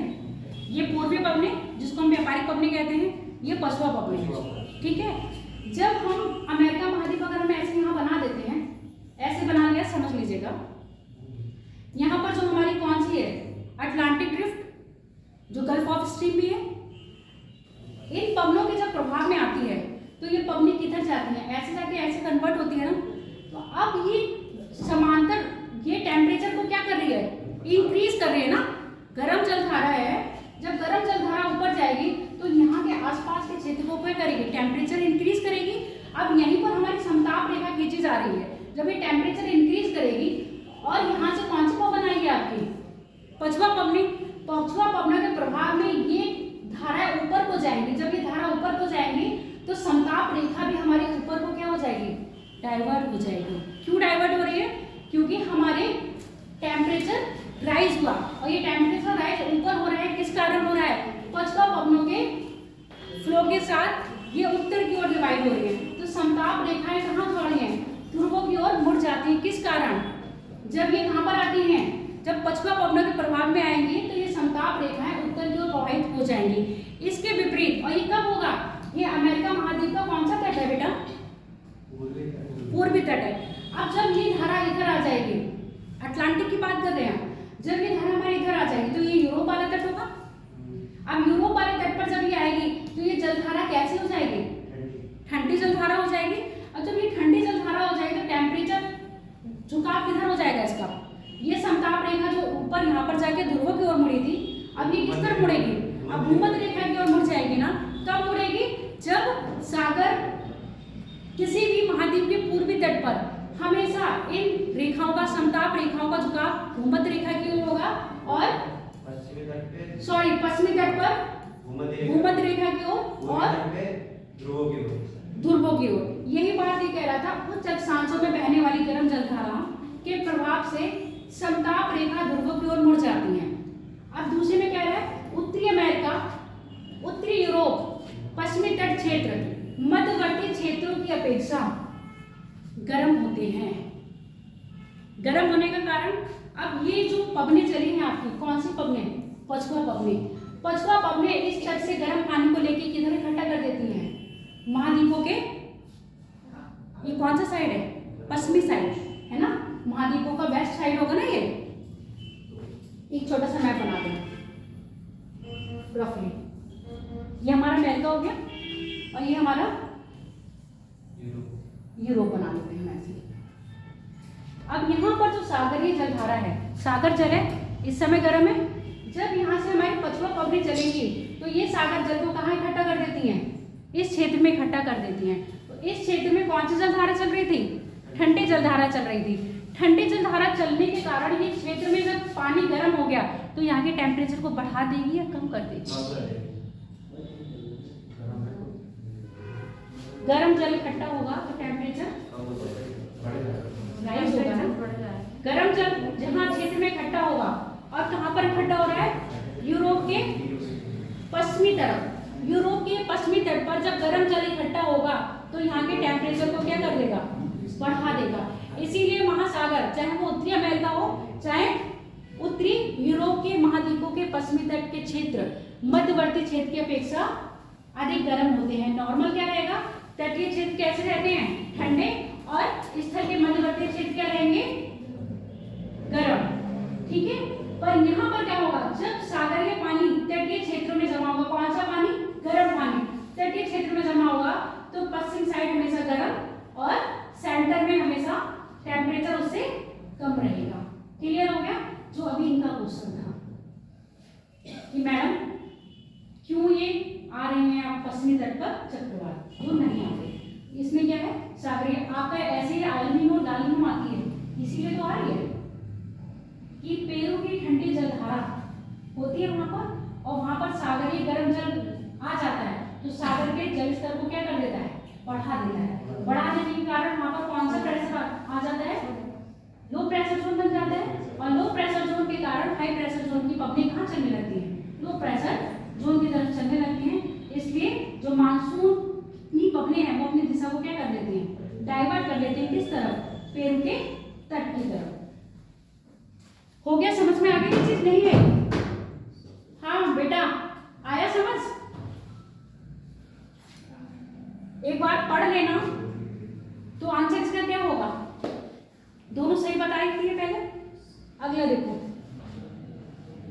शुष्क खेती के लिए सर्वाधिक उपयुक्त है क्या, अच्छा काली मिट्टी की विशेषता है ये, मैं क्या ना क्वेश्चन क्या अलग कर रही है क्या, काली मिट्टी की विशेषता है। अब यहाँ से इंडियन के स्टार्ट हो गए,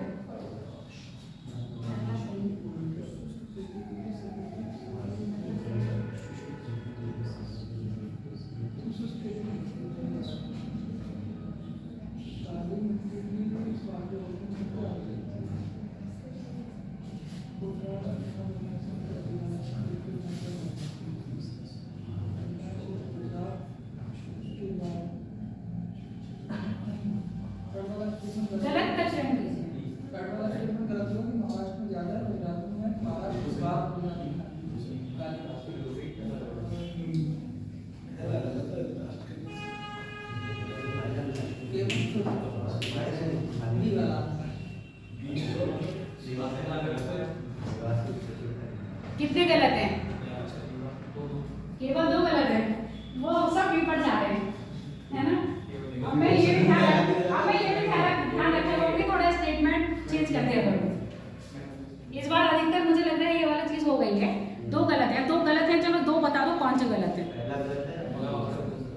पहला और दूसरा गलत है, तीसरा सही। अब जो है तीसरा क्यों गलत है तुम बताओ, दूसरा क्यों गलत है तुम बताओ। क्षेत्र कानून विभाग के पास नहीं है। अधिकतर काली मिट्टी का जो क्षेत्र आता है वो महाराष्ट्र में आता है। कर्नाटक में बात करें तो कर्नाटक के कौन से क्षेत्र में काली मिट्टी मिलती है? कर्नाटक के कौन से क्षेत्र में काली मिट्टी पाई जाती है? उत्तरी क्षेत्र में। गुजरात की क्या काठियावाड़ जिले में पाई जाएगी? काठियावाड़ क्षेत्र में काली मिट्टी काठियावाड़ में नहीं पाई जाएगी। काठियावाड़ में नमक उत्पादन होता है, जो गुजरात का ये वाला पूंछ है। कौन सी वाली पूंछ है? ये वाली चीज है ना, ये जूनागढ़ वाला राज्य। यहाँ पर आपकी काली मिट्टी देख लो, यहाँ काली मिट्टी नहीं मिलेगी। कर्नाटक का उत्तरी क्षेत्र, गुजरात का दक्षिण क्षेत्र, मध्य प्रदेश का दक्षिण पश्चिमी क्षेत्र में क्या पाई जाती है? काली मिट्टी पाई जाती है। भारत में सर्वाधिक क्षेत्र में काली मिट्टी पाई जाती है आपके महाराष्ट्र राज्य में। ये वाला गलत हो गया। दूसरा है पोटाश, चूना, मैग्नीशियम तथा जीवाश्म की प्रचुरता पाई जाती है। क्या जीवाश्म की प्रचुरता पाई जाती है? क्यों नहीं पाई जा रही है? काली मिट्टी का निर्माण कैसे हो रहा है? काली मिट्टी का निर्माण कैसे हो रहा है बताओ भरत।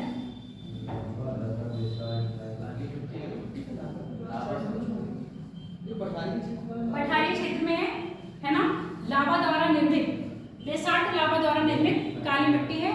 और लावा में पहली बार ज्वालामुखी जब विस्फोट होता है और ठंडा होता है तो क्या उसमें जीवाश्म मिलेगा? नहीं मिलेगा। तो जब ये ज्वालामुखी से निर्मित है तो यहाँ पर जीवाश्म प्रचुरता में तो बिल्कुल नहीं पाया जाएगा, यानी कि पानी की संभावना है ही नहीं। और शुष्क खेती के लिए सर्वाधिक उपयुक्त है। शुष्क खेती ऐसी खेती जिसमें पानी की मात्रा कम हो, कम पानी में फसल अच्छी हो जाए। अधिकतर हम लोग ऐसे में क्या बुलाते हैं, जब वहां जाओगे तो राजस्थान हो, महाराष्ट्र जाओगे तो काली मिट्टी मिलेगी तुम्हें। अब यहाँ भी दिख रही है, इसका मतलब तो आंसर क्या होगा इसका? गलत पूछ रहा है ना, तो 2 गलत है, बी। चलो आज तुक्का लगाने के लिए बहुत अच्छा फायदेमंद हो गया है ये, कि अधिकतर आंसर आ रहे हैं इसके बी। अगला बोलो।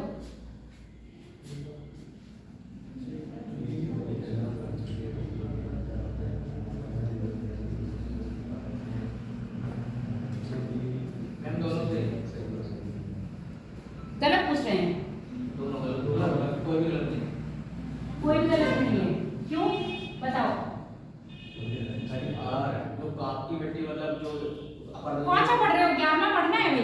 अच्छा 12वां क्वेश्चन नंबर 11। बेटा जीवित तंत्र के अंदर होती है तो पहला गलत हो गया। जीवित तंत्र के अंतर्गत क्यों रखा गया है मृदा को? क्योंकि कहीं ना कहीं ये पादप जगत को जीवन प्रदान करती है। और पादप जगत हमारा क्या है? एक जीवन मतलब जीवित तंत्र के अंतर्गत आता है, इसलिए मृदा को भी हमने किसमें रखा है? आपके जीवित तंत्र के अंतर्गत रखा हुआ है। तो यानी कि हमारा ये पहला स्टेटमेंट तो गलत हो गया। दूसरा बात कर रहे हैं मृदा जनन में जलवायु सबसे महत्वपूर्ण कारक है। मृदा जनन यानी कि मृदा के बनने में जलवायु अपना महत्वपूर्ण योगदान देती है। मृदा का निर्माण में कौन कौन से घटक शामिल हैं? वायु, जल। क्या तो आपका इसमें आ जाएगा, जलवायु का घटक आ जाएगा। जलवाष्प जिसको हम मृदा में नमी की बात कहते हैं, है ना। मृदा में नमी नहीं होगी तो मृदा खेती लायक नहीं बनेगी। सबसे पहली बात, पैतृक चट्टान होनी आवश्यक है। क्या पैतृक चट्टान नहीं होगी तो क्या मृदा का निर्माण होगा? पैतृक चट्टानें कौन सी होती हैं? जिनका अपक्षय अपरदन होगा वो हमारी पैतृक चट्टानों के अंतर्गत आती हैं। तो अपक्षय अपरदन सबसे पहला कारण है मृदा का बनने का। तो गलत पूछा है इसमें, पहला गलत है और दूसरा सही है। तो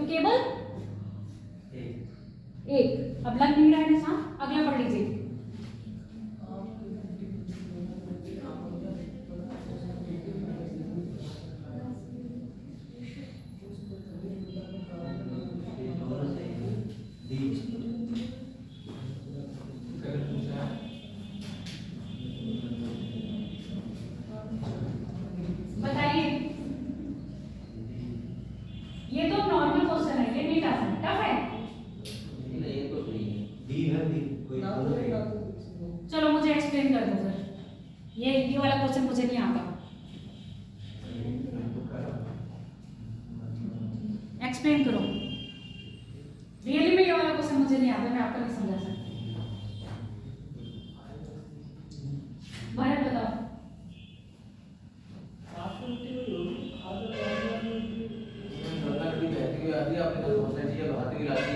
तो शायद का मैदान बनता है, तो पहला स्टेटमेंट उससे सही हो गया। काप मिट्टी अगर हम कंपेयर करें जलोढ़ मृदा है जो प्रायः नदियों के अपरदन द्वारा लाके बिछाई जाती है, वो आपकी काप मृदा हो जाती है। Very good. दूसरा बताइए, उष्णकटिबंधीय मृदा के अंतर्गत यानी मृदा में कार्बनिक पदार्थ की मात्रा अधिक पाई जाती है। कार्बनिक पदार्थ कौन से होते हैं? कार्बन किसमें होगा? क्या हम लोगों में कार्बन है? अब बताओ। मैम उष्णकटिबंधीय में घटक बहुत जल्दी होती है, तो वो तोड़ लेते हैं जल्दी से ही। जैसे कोई जीव मर रहा है तो उसको कार्बन मुक्त कर देते हैं, मिट्टी मिल जाता है, तो इसलिए मात्रा अधिक होती है। उष्णकटिबंधीय क्षेत्र में हाँ, कार्बनिक पदार्थ की मात्रा अधिक होगी या पीठ या पर्वतीय क्षेत्र में अधिक होगी? अब उष्णकटिबंधीय क्षेत्र में आप मरुस्थल की मिट्टी ले लीजिए, ठीक है।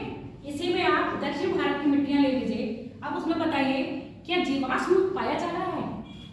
मरुस्थल में तो नहीं पाया जाएगा। मरुस्थल में नहीं पाया जाएगा। दक्षिण भारत में जीवाश्म की अधिकता है मिट्टी में, या पर्वतीय या पीठ मृदा में अधिक है? पर्वतीय और पीठ में ज्यादा है। पर्वतीय और पीठ में अधिक है ना। तो यहाँ पर ये कह रहा है कि उष्णकटिबंधीय मृदा में कार्बनिक पदार्थ की मात्रा अधिक होती है, कार्बनिक पदार्थ की मात्रा अधिक नहीं होती है। कार्बनिक पदार्थ जो होते हैं जो हमारे जीवाश्म होते हैं, और जीवाश्म जो जीव जंतु मरते हैं मृदा में दब जाएं। पेड़ पौधे की जो जंगल में देखते हो ना कि अगर उनके छाल भी टूटे तो वहीं रह गए, पत्ते टूटे तो वहीं रह गए, तो उनका अपघटन कहाँ हो जाता है? स्वतः ही मिट्टी के अंतर्गत हो जाता है। तो ऐसी मिट्टी जहाँ पर क्या होगा? सदाबहार वन पाए जाएंगे, या मृदा में नमी की मात्रा अधिक होगी। जहाँ पर वर्षा की मात्रा अधिक होगी वहां पर क्या मिलेगा आपको? जीवाश्म अधिक होगा। तो उस कटिबंधीय में नहीं इतने पाए जाएंगे, पर उतनी मात्रा में नहीं पाएंगे जितनी मात्रा में इन्होंने बोल दिया है। तो कौन सा ठीक होगा हमारा? गलत पूछ रहा है। कितने गलत हैं? केवल दूसरा गलत है, यानी कि केवल बी। पेट्रोलियम गैस ये हमारे अपसारित चट्टानों के अंतर्गत पाए जाते हैं, जिनमें जीवाश्म होगा, और जीवाश्म के साथ साथ कभी ये क्षेत्र समुद्र में अंदर रहा हो, यानी कि छिलछिले समुद्र, यानी कि वहां पर नमी भी रहती है, वहां पर आपके जीवाश्म पाए जाते हैं। उस कटिबंधीय मृदा में मिट्टी के उससे देखा है, मिट्टी के उससे देखा है हमने, उस जीवाश्म के आसपास से नहीं देखा। अगला क्वेश्चन पढ़ो, 13 नंबर। निम्नलिखित पर विचार कीजिए। भारत में वर्षा का वितरण दर समान है। वेरी गुड, अच्छी बात कह रहा है ये। दूसरा कह रहा है भारत में अधिकांश वर्षा पर्वतीय प्रकार की है।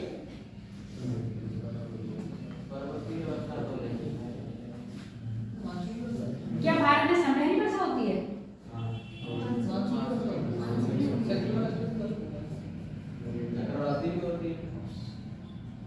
वर्षा के प्रकारों में हम बात करें, पर्वतीय वर्षा होती है, संवहनी वर्षा होती है, चक्रवाती वर्षा होती है ना। पर्वतीय वर्षा किस प्रकार की वर्षा है? पर्वतों से टकराकर होती है।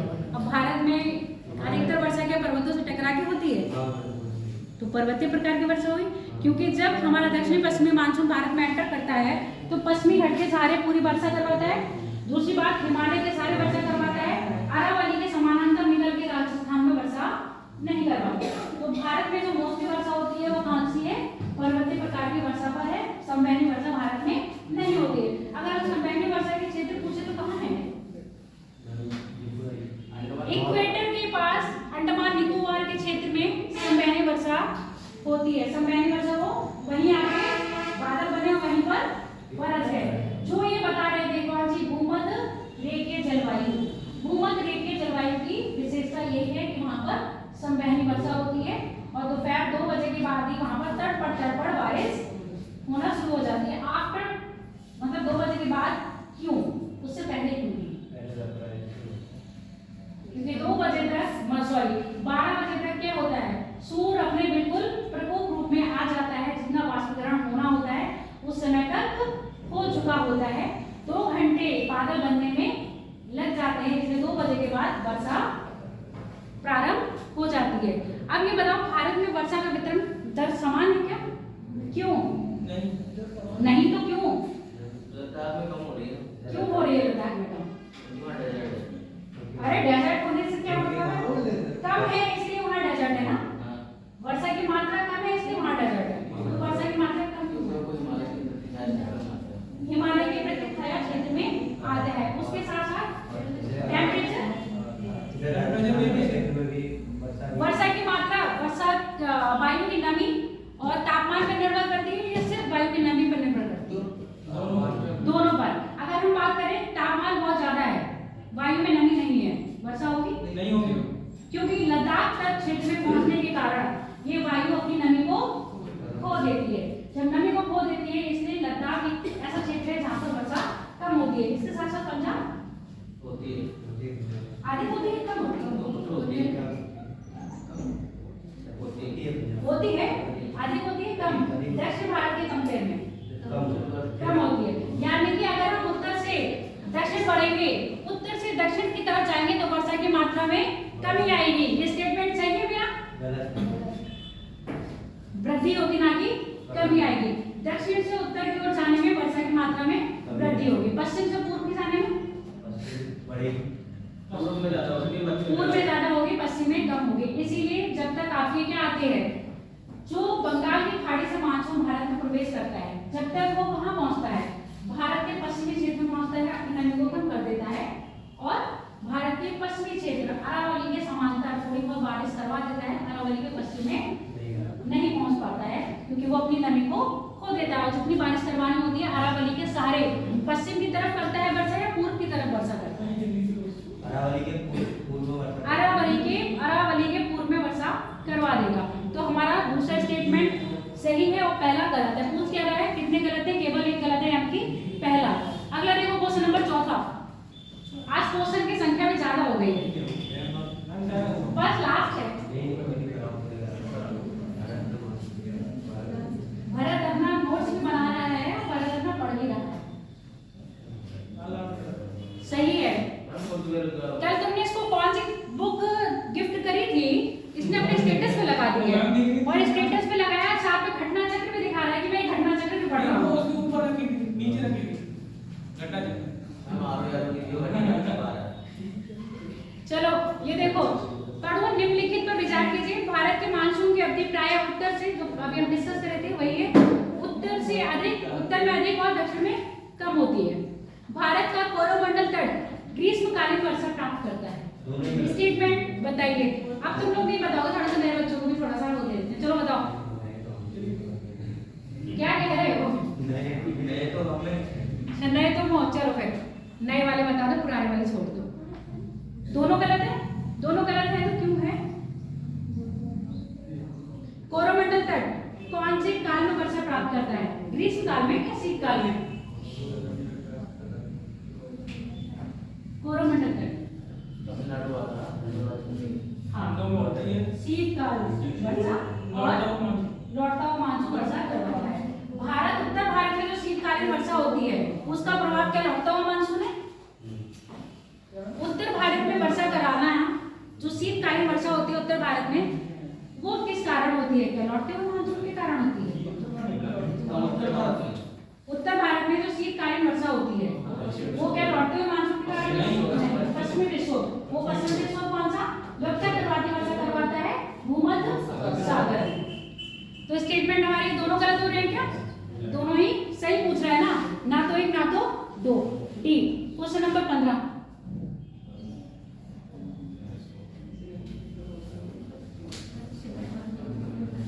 तिब्बत के पठार के तापमान में वृद्धि भारतीय मानसून को निष्क्रिय कर देता है। पहला स्टेटमेंट। दूसरा है मेडागास्कर के समीप सागरीय जल का उच्च वायुदाब भारतीय मानसून को सक्रिय कर देता है।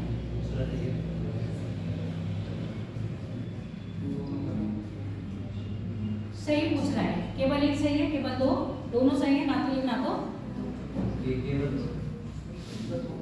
चलो केवल दो बता रहा है, एक्सप्लेन कर। तिब्बत के पठारों का मतलब है हमारे मानसून का, दक्षिण मानसून का। नहीं, मैं वही पूछ रही हूँ। हिमालय बीच में आ जाता है तो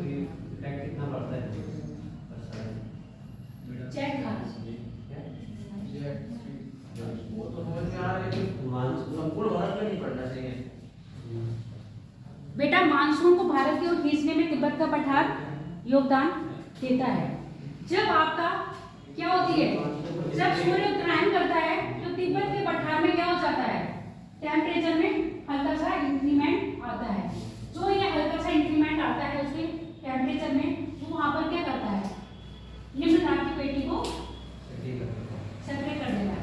जब निम्न दाब की पेटी सक्रिय होगी तो कहीं पश्चिमी विक्षोभ जो आपकी जेट धारा है हट जाती है, वहां फ्लो करने लगेगा तो जेट धारा, और जेट धारा जब फ्लो करेगी वहां पर तो ठंडी हवाएं वहां पर आएंगी, और हवाएं जो ठंडी होगी वो गर्म होगी कहाँ जाएगी, ऊपर। और इसी बीच मेडागास्कर क्या बना होगा, हाई प्रेशर जोन। अब हाई प्रेशर जोन अगर मेडागास्कर में बना है तो इसका मतलब हवाएं ठंडी होगी कहाँ जा रही होंगी, नीचे। जब वो नीचे जा रही होंगी तो वायुमंडल का जो निचली परत है वहां पर वायु की सघनता क्या हो जाएगी, अधिक, और जबकि ऊपरी में क्या हो जाएगी, विरल। तो ऊपरी जगह खाली हो जाएगी, उस ऊपरी जगह को खाली कर, जो खाली है उसको भरने के लिए यही तिब्बत के पठार से हवाएं किसकी तरफ आएंगी, हाई प्रेशर जोन की तरफ आएंगी। जब वो हाई प्रेशर जोन का स्थान फुल हो जाएगा तो वही हवाएं किधर चलेंगी, भारत उपमहाद्वीप की ओर चलेंगी। तो दक्षिण पश्चिम मानसून को करता है सक्रिय।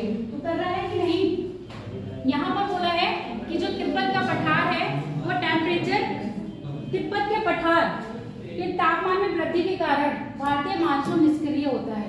निष्क्रिय नहीं होता है, क्या हो जाता है, सक्रिय नाम, सक्रिय हो जाता है। अगर ये निष्क्रिय हो जाएगा तो किसका प्रभाव पड़ जाएगा, एल नीनो का प्रभाव भारत पर पड़ जाएगा। जब ये सक्रिय होगा तो एल नीनो का प्रभाव भारत पर नहीं पड़ेगा। समझ में आ गई बात। दूसरा कह रहे हैं मेडागास्कर के समीप, वही मेडागास्कर जो द्वीप समूह है हिंद महासागर का सबसे बड़ा है या सबसे छोटा है, सबसे बड़ा। पूरे विश्व में बात करें तो कितने नंबर पर आता है वो, तीसरे पे या चौथे पर,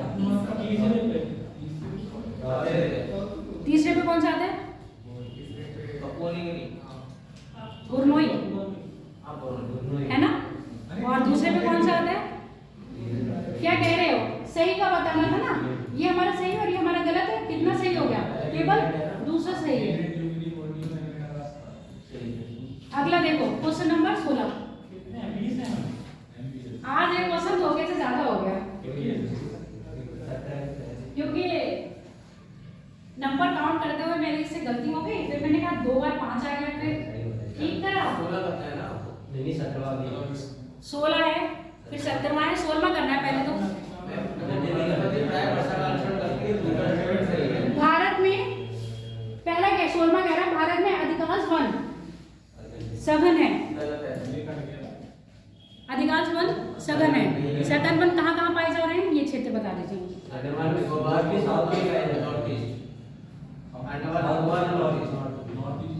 पर्वत, पर्वत में पाए जाएंगे, सघन वन पाए जाएंगे। पर्वत में जो वन होते हैं वो वर्षा का अनुसरण करते हैं या तापमान का अनुसरण करते हैं, जैसे जैसे ऊंचाई, ये तो आप बताओ बहुत अच्छी तरह से क्यों करते हैं तापमान का अनुसरण, बताओ। गिरिपात पर कौन से पौधे पाए जाएंगे, पर्वत में गिरिपात पर किस प्रकार के वन पाए जाएंगे, आग तो सबसे लगती है, उष्णकटिबंधीय पर्णपाती वन, उष्णकटिबंधीय आर्द्र पर्णपाती वन, क्योंकि वो कौन सा क्षेत्र होता है, तराई क्षेत्र होता है ना, क्लियर। तो अधिकांश वन भारत में क्या है, सघन नहीं पाए जाते हैं, विरल पाए जाते हैं। सघन वन तुमने बता दिया, विरल वन बता दो, विरल वन कहाँ पाए जाते हैं, विरल वन का क्षेत्र कहाँ होता है, विरल वन का क्षेत्र बताओ, एमपी वाला क्षेत्र, महाराष्ट्र वाला क्षेत्र जितना है वो आपका कर्नाटक वाला क्षेत्र, ये सब कहाँ पाए जाएंगे आपके विरल वन। दूसरी कह रहे हैं भारत में वनस्पति प्रायः वर्षा का अनुसरण करती है, ये बात ठीक कह रहा है, तो केवल पूछ क्या रहा है, केवल बी ऑप्शन। आज भी बड़ा लकी निकला है इसमें। क्वेश्चन नंबर 17, चिंता मत करो लास्ट पर ही है, पूरा साफ निकल गया, पूछ बची है। मिलाइए, सदाबहार वन कौन से, सवाना वन है, सवाना कर लीजिएगा, सवाना वन, अर्ध सदाबहार वन और शुष्क वनस्पति।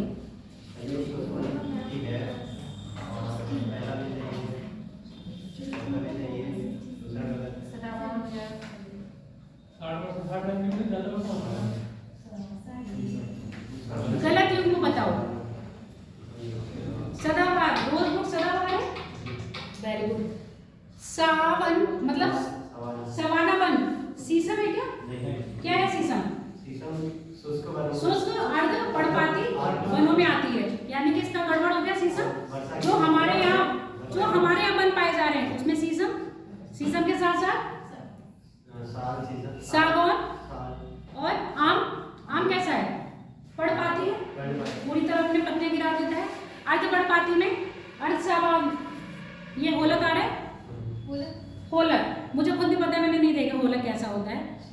और वनस्पति कौन सी है? शुष्क वनस्पति, खजूर आएगा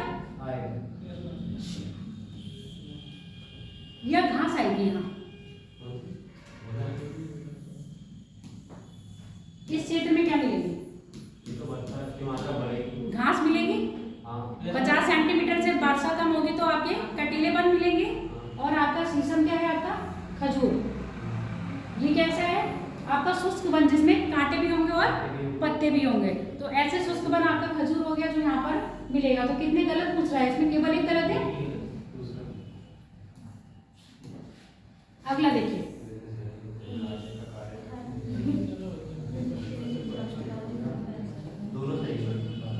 विंध्यन श्रेणी जल विभाजन का कार्य करती है।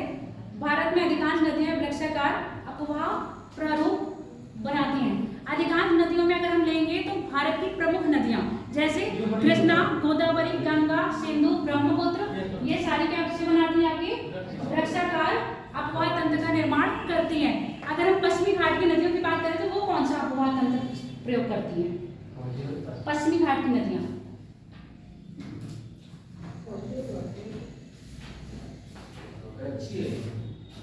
पश्चिमी घाट की नदियां जो पश्चिमी घाट से निकलती हैं और अरब सागर में गिरती हैं, वो नदियां कौन से अपवाह तंत्र यानी कि प्रारूप को फॉलो करती हैं?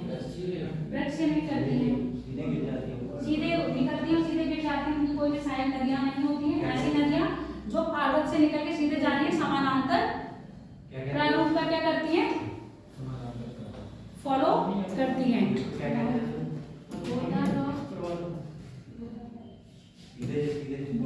समानांतर प्रारूप। अरे भैया बन भी जाया करो। ये निकली घाट से और ऐसे निकल गए, अनुगामी भी तो मैं ठीक है। तो ये ऐसे एकदम एकदम क्या है? एकदम समानांतर है। तो क्या कह रहे हो? एक होता है आपका आयताकार, तो ऐसे करके मिलती हैं। ये अधिकतर कहाँ पाई जाएंगे? आपके पठारी क्षेत्रों में पाई जाती है। और तुम लोग हो गए बोर। 19 नंबर क्वेश्चन, बस 2 बचे। निम्नलिखित बांधों को उत्तर से पूर्व लगाना है, उत्तर से दक्षिण लगाना है। उत्तर से दक्षिण व्यवस्थित करें। नदियों में पता होना चाहिए तो लगा हो। सबसे नीचे ले आओ, ठीक है। उसके ऊपर इंद्राचार ले आओ, उसके ऊपर उपाय ले आओ। उज्जैनी पता नहीं, उज्जैनी पता नहीं है। उज्जैनी उज्जैन में है नहीं, उज्जैनी महाराष्ट्र में है। उज्जैनी हो गया। झूम हो गए तुम? नहीं,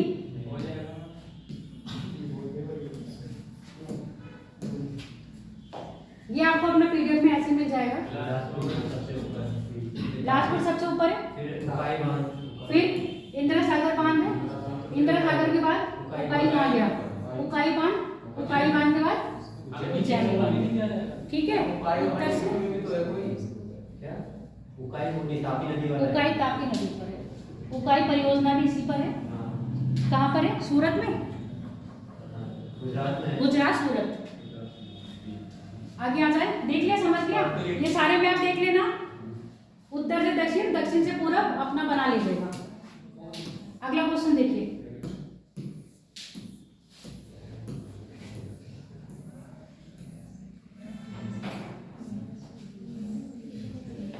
यमुनोत्री ग्लेशियर के पूर्व में बंदरपोस्ट ग्लेशियर है।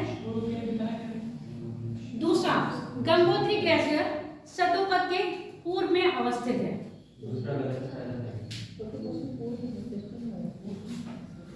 शतोपथ कहाँ पर है और गंगोत्री ग्लेशियर कहाँ है? क्या पूर्व में है या पश्चिम में है? पश्चिम में। शतोपथ ग्लेशियर के पश्चिम में कौन सा ग्लेशियर है आपका? गंगोत्री। ये कह रहा है पूर्व में है। यमुनोत्री ग्लेशियर के पूर्व में बंदरपूछ ग्लेशियर है। देख लें, देखो यमुनोत्री ग्लेशियर के पूर्व में कौन सा है आपका? बंदरपूछ। ये पूर्व आ रहा है ना। और गंगोत्री ग्लेशियर के पूर्व में कौन सा है? शतोपथ। और शतोपथ के पश्चिम में कौन सा है? गंगोत्री। और ये कह रहा था शतोपथ के पूर्व में गंगोत्री है। ये हमारा स्टेटमेंट गलत हो गया ना, तो एक सही और एक गलत।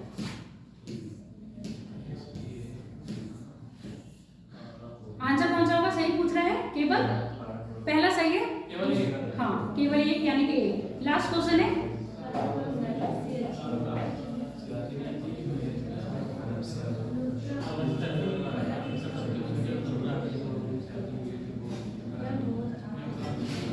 बहुत हार्ड है।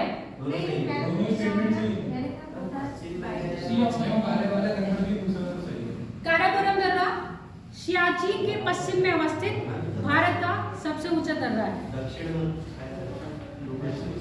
नुब्रा नदी का उद्गम सियाचिन ग्लेशियर से है। दूसरा सही है। दूसरा सही है, पहला गलत है। पश्चिम में नहीं है, दक्षिण में। पूर्व में है। देखो, अगर हम भारत का ये वाला मैप बनाते हैं,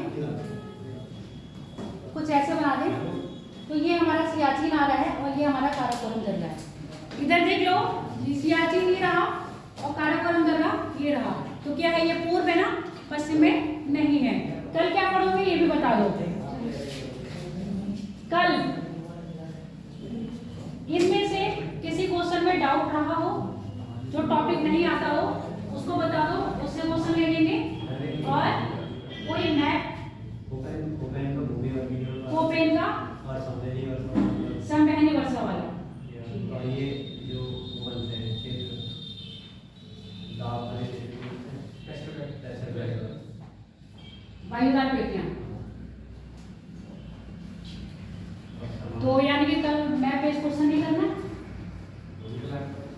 फिर देखो नंबर ऑफ क्वेश्चंस बढ़ सकते हैं, या तो याद है ना 25 क्वेश्चन के लिए। मैप बेस्ड क्वेश्चन कौन से कॉन्टिनेंट के हैं ये भी बता दो। देखो घटना चक्र में तो क्वेश्चन दे रखे हैं, मोस्टली आप लोग ने लगा रखे है ना, लगाए हैं कि नहीं? इसीलिए मैं घटना चक्र वाले क्वेश्चन नहीं लिखा। पता नहीं क्या बोल दिया बारे में, मुझे समझ ही नहीं आया। एशिया कॉन्टिनेंट के क्वेश्चन करवा देना, ठीक है। बाकी घटना चक्र नहीं पढ़ा। घटना चक्र नहीं पढ़ी, ऐसा हो ही नहीं सकता घटना चक्र ना पढ़े। एक भी नहीं है मेरे पास। चलो मैं